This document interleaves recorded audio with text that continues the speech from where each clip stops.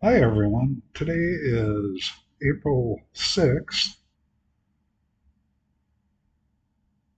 day -2 to transplant. And today was my last day of chemotherapy for a while. It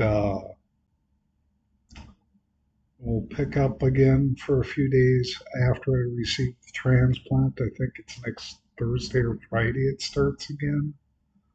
But kind of pleasantly surprised it has had no major ill effects on me. I feel a little tired, but I think that's more of lack of sleep than anything. Um, Today, I started the chemotherapy about 9 o'clock in the morning, finished about 11 a.m.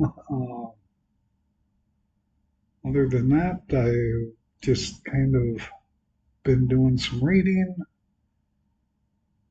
mostly about the treatment process I'm going through, trying to understand that fully, looking at my chart and all my lab work numbers today and seeing that, you know, the some of these test results that they're taking daily or multiple times a day are getting down to where they want them based on this chemotherapy's doing its job. So, talking to the doctors this morning, it looks like everything's on track, and we'll have a better idea at 4 a.m. this morning when my next set of labs go in and see that the numbers are where they're supposed to be, and we proceed. If that's the case, tomorrow uh, I go in for the total body radiation. It's something I don't know a whole lot about. It's all I was not told is you're never supposed to put a cat in the microwave, and that's basically what they're doing here. So we'll see. But I'm trusting them. They know what they're doing, and that's it. And once that's done, they're thinking that tomorrow I will find out a time when the stem cells from Germany are supposed to arrive. And I've heard all kinds of stories about this process. They're getting flown in from, they're being harvested tomorrow in Germany, getting flown here. Then once they get here, they have to go through customs. And then they told me something about they have to go through up to St. Paul to some place to go through something for disease control management or something. I'm not sure. I'll try and find out more and let you know more about that and see. But we're moving closer and things are going well. Uh, the only thing I care about is that Donald Trump doesn't put a tax on importing stem cells now. So that will probably what will happen next. So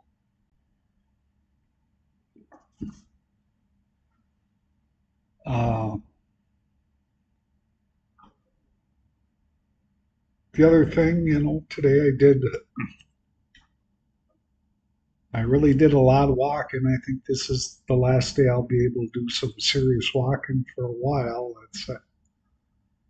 This radiation I'm supposed to receive tomorrow is supposed to knock you out pretty good for a while, but I walked a total of 4 miles and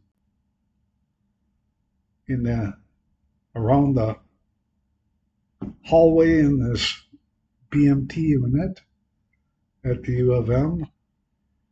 It's kind of amazing. 11 laps around it is 1 mile, and it's walking that loop 44 times today. So I'm starting to learn my way around. I think I got it figured out now is how I want to, if I needed to escape, how I could do that. But I don't want to do that. I've kind of joked about it in the past, because I just ended up in here. I came into another part of the hospital sedated, or, to have the central line put in, and was sedated and ended up in this room. And I have no idea how to get out of here, off this unit. There's doors that are locked that you got to go through one of them, but I wouldn't know which door to go through, but it's been kind of, I've learned a lot about walking around this unit. There's 30 rooms. Maybe sometime I should give you a tour of my room, show you what it's like, but it's a nice room. There's 30 rooms, and there's rooms that are positive pressure and negative pressure, for basically like in a in a bubble.